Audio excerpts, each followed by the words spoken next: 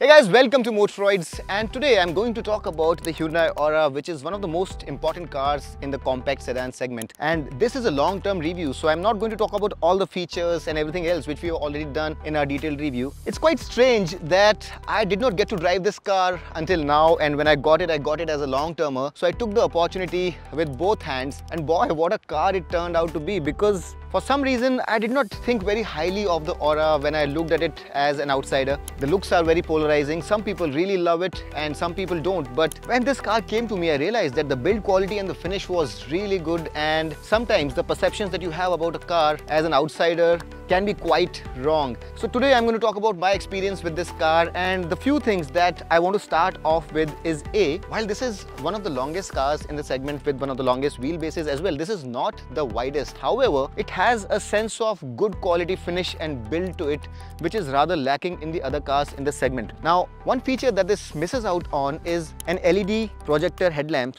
which a couple of other cars in the segment have. But guess what? I really like my headlights to be halogens, and I prefer the yellow light over the white LED, and I'll tell you why. I live in Maharashtra and I go out for my excursions quite often in the night, and especially in the monsoons, the white LED light is quite useless and the visibility with these lights is much better. So I would rather think of it as an advantage than a disadvantage. It also comes with these DRLs, and overall from the front it does not look very solid, but it has a very nice, as I mentioned, very nice, very well made feel to it. And at the rear you have another thing that I want to mention, this spoiler. This is the only car which comes with a spoiler, and whether it's functionally usable or no is everybody's guess, because this car is not going to be doing 200 kilometers plus speeds, which is going to give it enough downforce, but it does make it look quite sporty and quite distinguished from the other cars in the segment. And I quite like the fact that it does come with a spoiler, and it does lift its appearance up for me personally. Now, these two sensors are welcome, but I would have really liked this car to have two more sensors, although the fact that this car comes with a rear view camera really helps, and if you're a good driver you would not require the additional two sensors. But the fact that there are only two is a bit of a problem, but it's a very minor problem. Talking about advantages and disadvantages, there cannot be a better example than this key and this boot. So this key gets this remote release for the boot, which is a fantastic feature. However, you don't get a physical button here. So it is an advantage and a disadvantage. But the big advantage that this car has is that it comes with one of the largest boots in the segment. And from a long-term perspective, what I observed is that the depth of this boot is pretty good. So if you have bigger bags and longer bags, you can easily put them in, unlike a few other cars where when you try to put a bag longitudinally, it doesn't fit. And that really is an advantage, because it allows you to fit more bags in even with the same boot capacity. So the boot capacity here is a big advantage, and when I went out with my family for some long trips, I realized that this boot is one of the most practical and definitely goes in favor of the Aura. Now, still talking about the exterior, I quite like the design of these diamond cut alloys. They're 15 inches and the ground clearance is also quite sufficient. As I mentioned, I go out for quite a few excursions and I go off the road also very often, and until now I've had no problem. So this car can take bad roads in its stride very well, and an extension to that is the fact that the ride quality on this car is possibly the best in the segment, better than the Dzire for sure. And if you're looking for comfort, outright comfort, the absorption qualities, the ride quality on this is absolutely fantastic. So whether you are on a smoothly laid out highway or on bad roads like this patch that we have here, the suspension's absorption qualities are absolutely fantastic. And if you have family who likes to be seated in the back seat in comfort, this car is amazing. The ground clearance is great. A small problem that I have is with this blacked out area. I believe that if this was not blacked out and if this was body colored, the car probably could have looked a little bit better, and it would have added to the organic flow of the design. However, there are people who like it, there are people who don't like it, and I am among the ones who would rather have it painted in body color. But as I mentioned before, a lot of people just love this car for the way it looks and the other people don't, and it's entirely up to your personal preference. Before we get in, these chrome plated door handles definitely add to the premium feel of the car, and overall if you park it next to any other car in the segment, you'd realize that the way it's been finished and the small details and the fit and finish is better, and it does look a little bit more premium than the other cars within the segment. Now get inside and you'd realize that the sense of premiumness is only going to increase. Let's get there and understand why is that. Now coming to the interior, what I really love about my time with this car is that when I get inside, I'm really welcomed by an interior which seems like it belongs to a segment above this segment. And not just that, this is also the most loaded car in the segment. If you compare it with anything else in this segment, it has more features and it does come across as a better appointed car. Not just that, in terms of safety also, Hyundai have gone a notch above. And while this car does not have a proper 3-point seat belt for the 5th passenger, now that feature comes as a standard equipment. Also, even the base variant on this car now comes with 6 airbags as standard. So the car that I've been using has been further improved and now there are more features. But coming back to the fact that this car is loaded with features, let me talk about some of the great features that this car has, which its primary competitor, the Dzire, does not have, because I'm pretty sure that's the one thing that you really want to know about. Now, over the Dzire, this car has 6 airbags as standard, as I mentioned. It also comes with 5 3-point seat belts. It gets a wireless charger. Its touchscreen is richer and has more features. It comes with a tire pressure monitoring system. It also gets a fantastic standard warranty of 3 years, 1 lakh kilometers, which is extendable to up to 7 years. Now, as I mentioned, in terms of the suspension also, this is better, and its tractability, which is low speed driving in city in higher gears, is also better. So you would not need to shift gears too much. The gear shift is also slicker and the clutch action is also lighter, and the steering is also much nicer and smoother than the Dzire. It also gets a spoiler that I showed you, which no other car in the segment does. I've already mentioned the boot, which is bigger than the Dzire. Here you have 401 liters, there you have 378 liters. It also gets a cool glove box, which the Dzire does not. Also, up front, it gets a fast Type-C charger. And overall, if you can put this adapter here, you have as many as 3 USB chargers, which is fantastic. Now also, if you're going with the CNG version, the Aura has a bigger 65 liters tank as compared to the 55 liters on the Dzire. So that also is the advantage for those of you who want to go with the CNG. And its filler cap also is neatly hidden under the flap, unlike the Dzire where you have it sticking out, and that again is an advantage. As I researched, I figured out that these are some of the advantages that this car has. On the lower variants, the wheel cap here is also bolted in, unlike the Dzire where it's just stuck on and it can fall off and also does not look very neat. Now those are the features, but the things that I really like about this car is this wireless charger really helps me charge my phone. I don't really have to bother about putting the cable in. The seats are very nicely done. The sense of premiumness in this car for this segment is really good, and some cars do invite you to get behind the wheel, and in that sense I feel like I'm getting into a decent car. The interior is of a very light color and it can be soiled, so that is one disadvantage.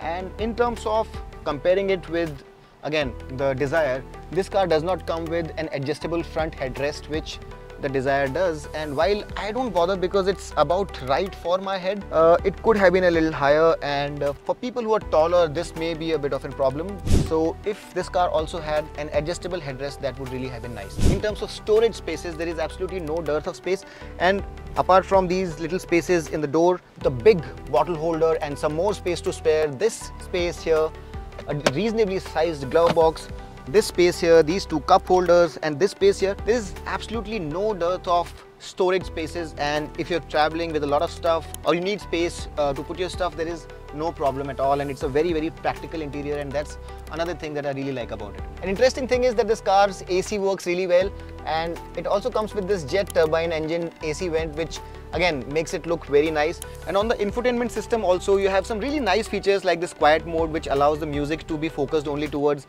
the front passengers. Also, you have this very nice feature where you can cut out the blue light so that the stress on your eyes is not too much. And you also have this amazing feature where you can actually cut the radio noise, and if you put it to strong noise reduction, then the crackling noises that you get when you have low reception cuts out and you can enjoy your music. So all of these things with the infotainment system are really nice, and these are things that I've discovered over a period of time. For this segment, I really think that this car is loaded, and except for the adjustable headrest, or rather the lack of it, I think this is a very, very loaded car and the best in segment, and that's what I really love. Apart from the fact that this is very, very smooth, the suspension is fantastic, and the tractability is to die for, especially when you're living in a city like Mumbai. Now, this kind of a car is used by a family where you have multiple members using the back seat, and the entry, as you saw, is ideal. So if you have ladies or old people in your house, the elderly, the height of the seat is just about perfect, so that's really great. And as you can see, the knee room and the leg room, all of that is fantastic, and there is not much difference if you compare it with the Dzire also here. But The Dzire has slightly more width, but now, as I mentioned, this car will come with a proper 3-point seat belt for the 5th passenger also. So that is going to be a big advantage, and 6 airbags. So in terms of safety, this car will rank higher because both the cars hatchback versions were tested with 2 airbags. Now this car will have 6. So the safety rating of the Aura will definitely go up.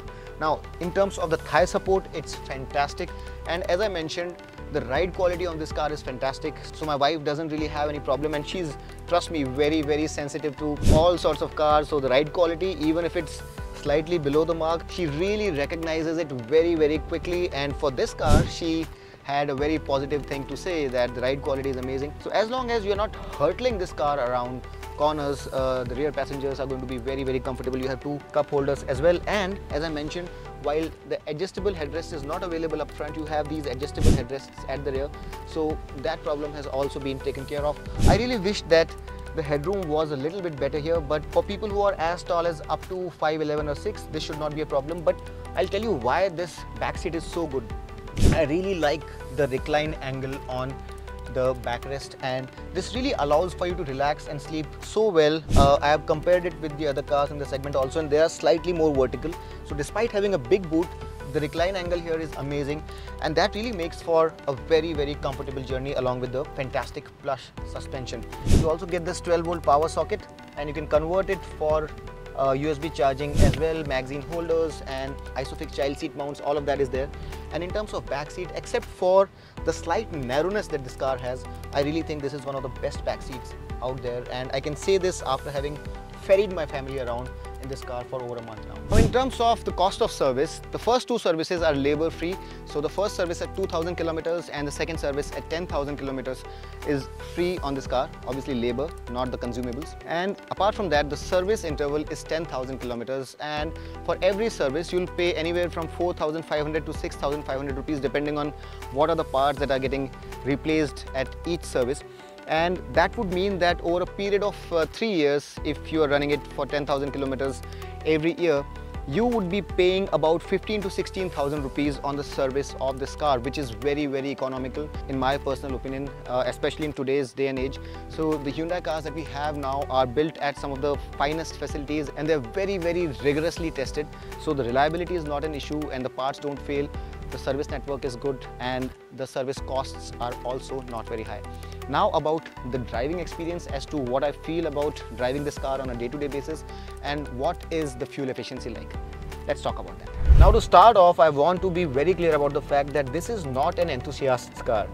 This car is focused more towards family, comfort, tractability, which is an absolutely amazing feature of this car, and that's what I really want to talk about as well. So since I am in Bombay, I've been driving this for about a month now, and I've been driving in stop-start traffic for almost every day. The one thing that I really about this car is the fact that it can do ridiculously low speeds in higher gears. So for example, right now I am in the 4th gear, and if you look at the instrument console here, I'm easily going below 1000 RPM.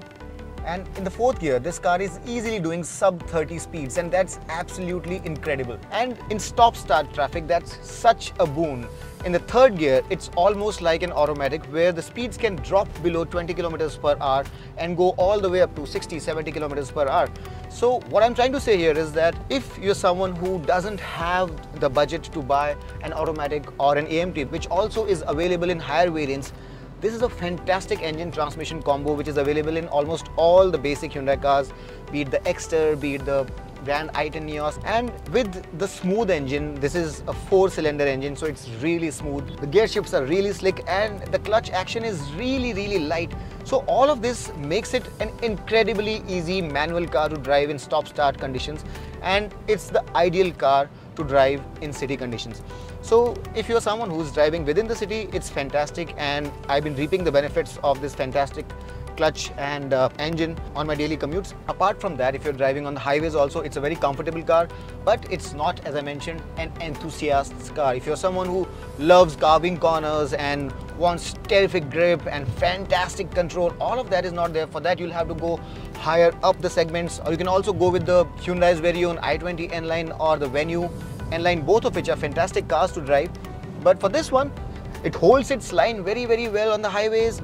It's very stable, but it's essentially not meant to be chugged around corners. Also, the ride quality is very supple, very absorbent, and on highways, especially if you're traveling with your family in the back seat, it's extremely comfortable. So that's something that I really admire about this car. Now, a very important question that a lot of you would ask is about the fuel efficiency, and if it's stop-start traffic where you don't have space even to race up to 30-40 kilometers per hour, I would say the fuel efficiency may drop up to 12 kilometers per liter. But if it's conditions where you don't have too much of a traffic, you'd easily get 40 to 15 kilometers per liter within the city, and on the highway the fuel efficiency can well reach 20 kilometers per liter as well. I have received 21-22 kmpl also on highways where you don't have any traffic and you can easily gingerly drive at 80-100 kilometers per hour. However, if it's a busy highway, that fuel efficiency will drop to about 18-19 kmpl also. In general, if you take a mix of everything, the city fuel efficiency should be about 14-15 kmpl and the highway fuel efficiency should be about 19 kmpl. And it can increase or decrease a little based on the kind of conditions that you're driving in. All in all, if you're looking for a budget sedan which looks premium, is very well built, is loaded to the gills with features, and is fantastic to drive within the city, I really cannot recommend anything above the Aura at this point in time. However, if you want to go with something which is more focused, something which is more enthusiast friendly, maybe you can look elsewhere. Now, the one thing that I absolutely love about the Hyundai Aura is the tire pressure monitoring system, and not just because it tells me when the tire is punctured, but I also now know when to go to the air filler station and I don't really have to waste time just getting the wheels checked. So it's such a great convenience. For the highways, I also want to add that the back seat is really comfortable, especially if you are 4 of you traveling together. The seat recline angle, as I mentioned, is great, and it's perfect for journeys up to 4 to 5 hours, after which you can take a short break and then again good to go. So for long highway journeys also, the Aura really presents itself very well, especially for the backbenchers. So far so good. My time with this car has been fantastic, and if you're looking for a compact sedan which is not too expensive and also has almost everything that about 90% of the Indian audience needs, I can strongly recommend that you go out and take a test drive of this one. I am seriously impressed.